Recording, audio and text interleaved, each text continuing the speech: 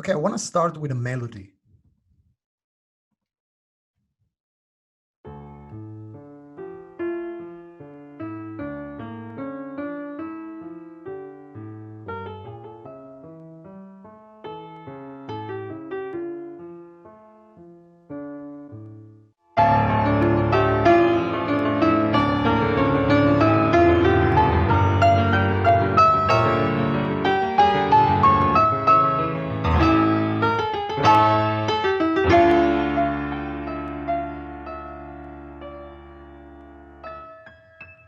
Now, can you guess the composer?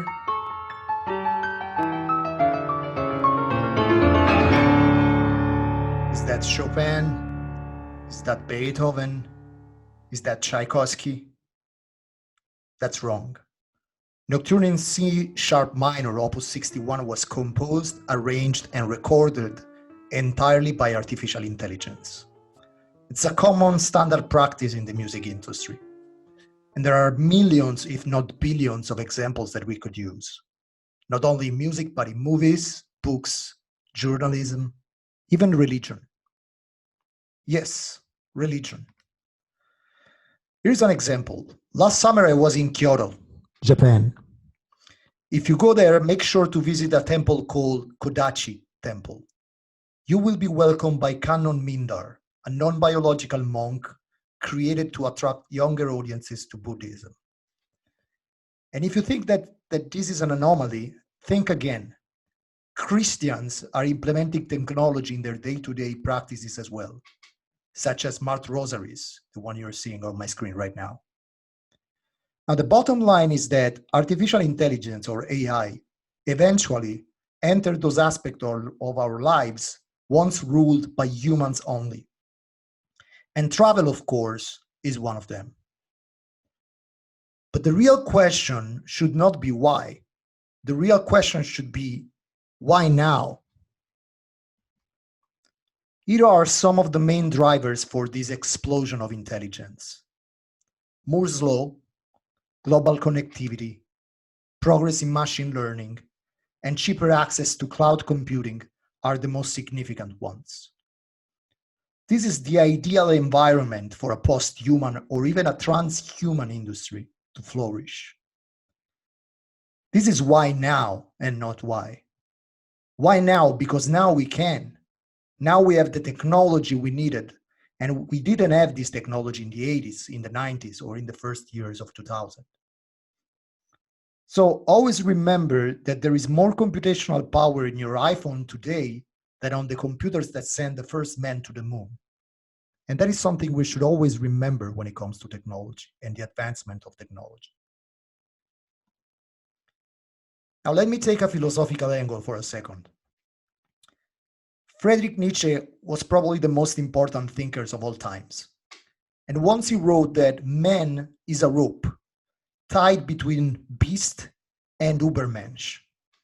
Now, you can translate Übermensch as Superman or Overman, but I prefer the German original term, as it does not give that superhero Hollywood movie connotation to the word. What if we got Nietzsche wrong the whole time? What if this Übermensch is not going to be biological, but non-biological? What if the Superman is the artificial intelligence? What if we are indeed a rope, but not between beasts and Übermensch, so not between beasts and Superman or Overman, but between beasts and artificial beings? It's an intriguing question. But enough with philosophy. There are industries where AI is already mass adopted. Think about the medical field. So we spoke a little about coronavirus. If you think about how much AI was used and machine learning was used in the coronavirus crisis, you have an example of the application of AI. And but why this is not the case with hospitality? Why, for example, if we talk about AI in the medical environment, we're happy about it. And if we talk about artificial intelligence in hospitality, we become nervous. The problem may be entirely semantic. And stay with me for a second, you will understand what I mean. When we say artificial intelligence, we are implying that this is something opposed to human intelligence. So you got artificial intelligence on one side, and you got human intelligence on the other. But this is rarely the case. It's never AI versus HI being human intelligence. It's AI plus HI, artificial intelligence plus human intelligence. So let me ask you something. How is a chatbot, for example, any different from a PMS? It is just technology, right? Are you afraid of losing the human touch when you use a PMS? Are you afraid of losing the human touch, quote unquote, when you use a booking engine or a channel manager? Of course you don't. But PMS stands for Property Management System, not, let's say, artificial concierge. Words shape our reality. And I am sure we would have less bias if we'd call artificial intelligence simply technology. It's the word intelligence that's problematic here. So again, I think this is all a huge semantic problem. True, we are at least partially becoming obsolete, such as CDs, DVDs, and USB keys before us. An example, let me ask you this. When is the last time you booked a trip at a physical agency or withdrawn cash from a human employee at a bank? Well, here's your answer. Bottom line is what I call techno-Darwinism. Technologies that make the life of human beings better, and this means hoteliers as well, will eventually be mass adopted, whether we like it or not. The future can be a threat or it can be a promise. Utopia or dystopia. Eden or Armageddon. And if you are worried about losing the quote unquote, again, human touch, think again. According to a Qualtrics study, 1 out of 2 bad hotel experiences are down to the human staff, not technology. It means that 50% of your bad reviews are due to issues with people. This does not mean, of course, that humans are bad. They are just overworked, especially in hotels. Paradoxically, the more technology you put into hotels, the more human the experience will become. Think about it for a second. You are freeing your precious human staff from repetitive tasks and put it back where the added value really is, taking care of guests, instead of taking care of your hotel software. Technology should take care of what I call the logistics of travel. There's no added value in having a human being making a copy of the passport, for example, or a copy of a credit card. This is not what humans are for in hospitality. There's no human touch in making a copy of a passport, in making a copy of a credit card. Now, I love this quote that you see on my screen now. This is from Daniel Burrs. And he says, agility is a reactive strategy. And agility is a word we all hear very often, especially when it comes to tech companies and hotels, and especially now. But agility is a reactive strategy. Agile companies know how to react quickly after a disruption occurs. Think about what happened with coronavirus and how agile most hotels were to adapt. That's good, of course, but that is not good enough. We don't have to react to change.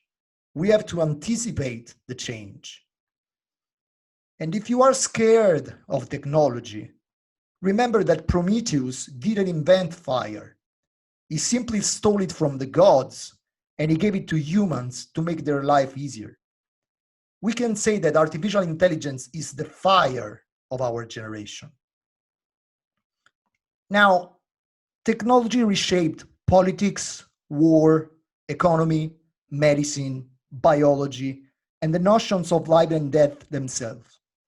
Why shouldn't it reshape travel? This is what I try to answer with my speech.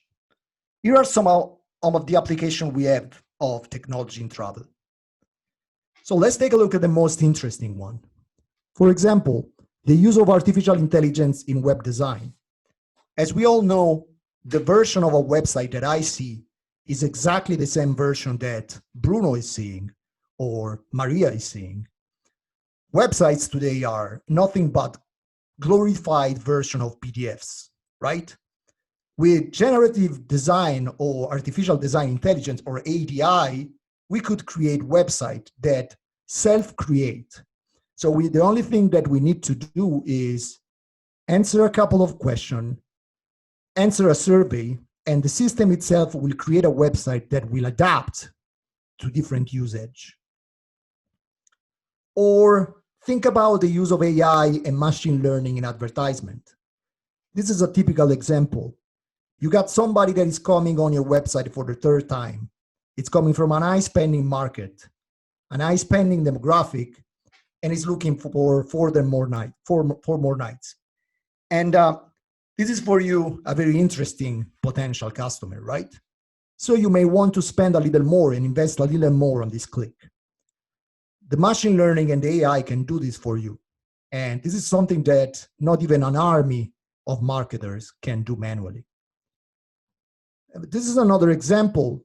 It's the same ads, but this time it's somebody that is on the website for the first time. It's from a low spending market. It's coming from a mobile search where we know that we got a lower conversion rate, and it's looking only for one night. What we may want here is to decrease our investment. Again, this is something that artificial intelligence can do for you. And this is where artificial intelligence started to infiltrate in the hospitality industry with revenue management. There are already many companies. You're seeing some of them on my screen that are replacing human revenue managers with RMS, revenue management systems that use machine learning and get information from third parties to get the best rate and the best suggestion of inventory and distribution strategy. If you think about the fact that most of what happened in Wall Street at the stock market is already done by algorithms, it does give you an example of what we can do in revenue management, where the variables are way lower than the stock market.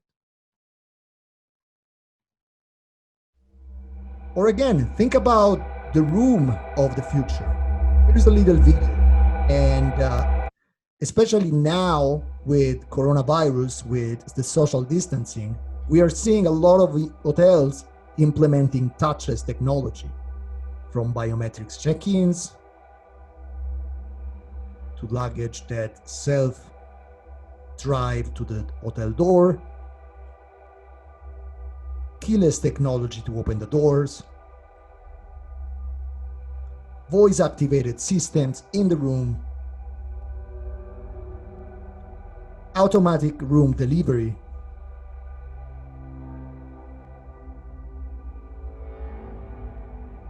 automatic room service, smart wake-up calls, and on and on and on. And this is, of course, not science fiction. It's something that is already happening in hotels right now.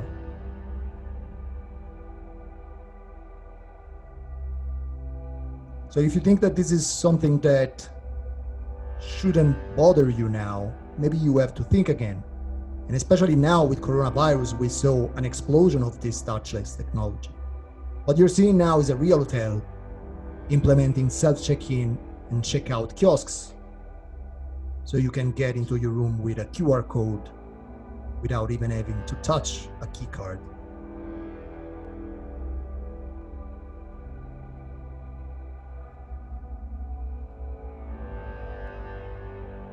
In-house voice interaction system, smart wake-ups again.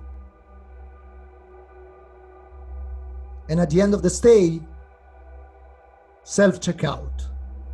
So all the stay can be frictionless without any kind of human interaction with your staff. It doesn't mean that you have to replace people. This only means that guests are looking for this kind of facilities, this kind of feature. And we should always give guests a choice between interacting with a human being or interacting with a machine. So before we end, let's take a look at new trends in hospitality. Smart rooms, of course, is a big trend. Rooms are getting smarter by the day, and implementing this technology is becoming cheaper by the day. And especially now with the need of a more tailor-made experience, creating rooms that are getting smarter is obviously something that can hugely benefit from. You can hugely benefit from. So keyless technology, it's something that we heard a lot about, especially during the pandemic now. AI, the use of AI in anything from web design to RMSs to cancellation tools to chatbot or conversational marketing. Voice, another huge trend in the hospitality.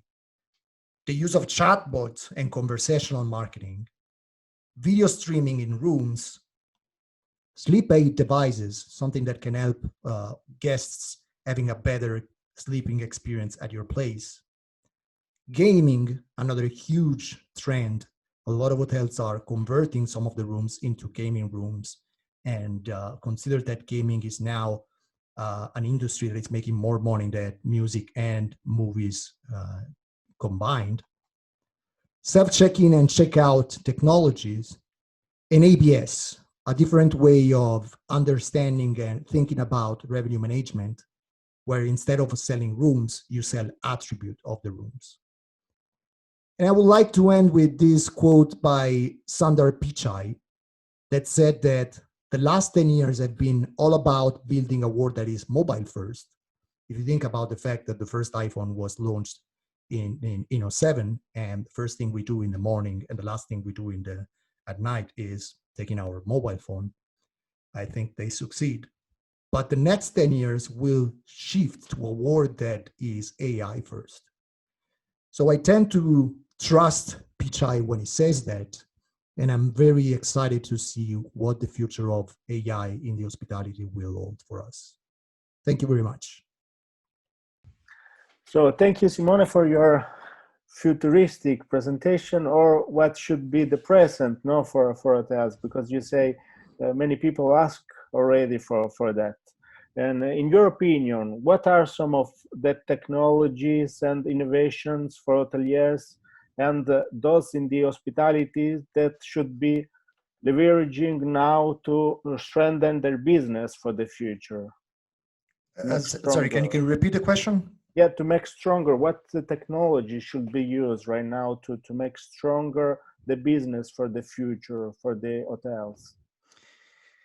Well, right now, there are several technologies that you can use. Like, of course, everything that is touchless, it's something that I would suggest to use right now, especially because there are several studies that says that hotels that offer touchless experience will be able to have a better, will deliver a better experience. So I would say everything that is touchless, from self-check-in apps to kiosks, keyless technology could actually give a huge benefit. And a lot of this technology can be both as software as a service. So basically, you will not have to buy the kiosk. You will not have to buy the technology. You can actually rent it, right? So that will help a lot, at least the perception of safety.